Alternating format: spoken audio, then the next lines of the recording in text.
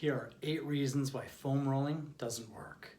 Now, I love foam rolling and I prescribe it to patients all the time. But we have to get all the details right or it can be ineffective.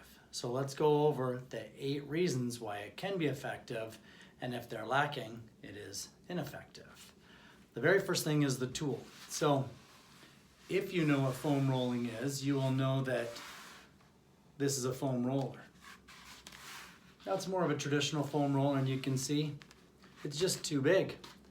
What we need to do is we need to upgrade to a tool that is about 4 inches in diameter.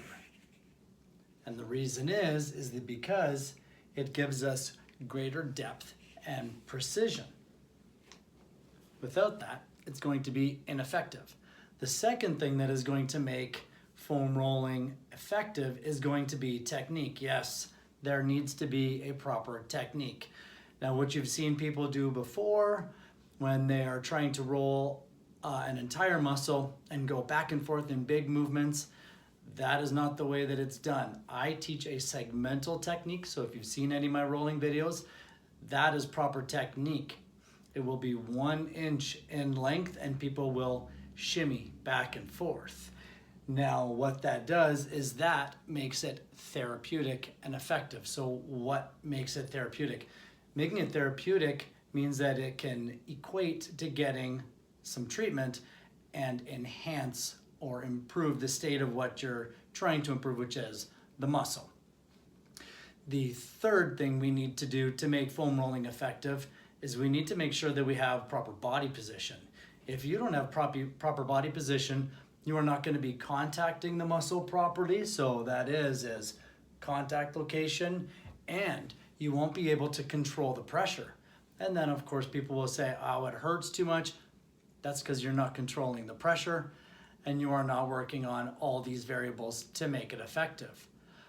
The fourth reason why foam rolling can be ineffective is frequency. If you are not doing it enough, it will be ineffective. So what do we want to do? We want to do it at twice per day, 2 or more times per day. I let patients know. That's all about tolerance. Once it is maintenance, 2 or more times a day is corrective. Often patients come to me and say, it's not working for me, and then I ask them, how often are you doing it? And of course, it is often about 1 or 0 times a day. The fifth reason why rolling can be ineffective is consistency. Of course, like working out, we want to be doing it daily. If you're not doing it daily, then you can't expect the benefits to come around from what you're doing. The sixth thing is going to be timing. Now, we always ask, when should we roll? Well, what we don't want to do is be playing cleanup. So you can do an activity, you can irritate it, and then you're trying to roll afterwards to clean it up. Well, why didn't you do it beforehand?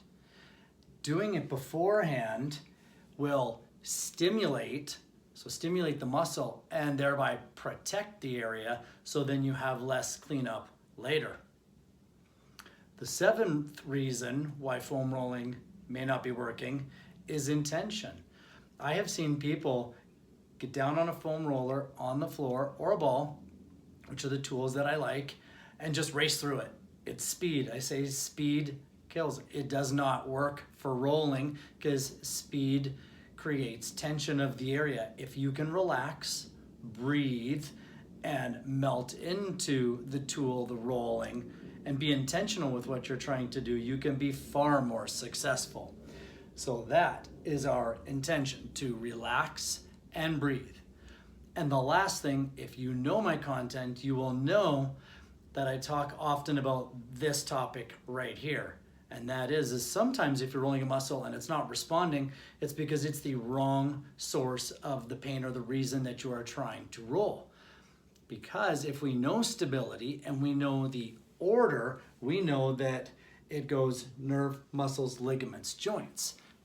So if you are rolling, foam rolling, which is massage of muscles, okay, so we're right here, very good. But if it is not responsive, then we have to look back and say, okay, the origin of the problem is probably nerve. We are going to need to deal with that nerve in order to then make the muscle more responsive. If you do these details, especially this last point, you will find success with foam rolling.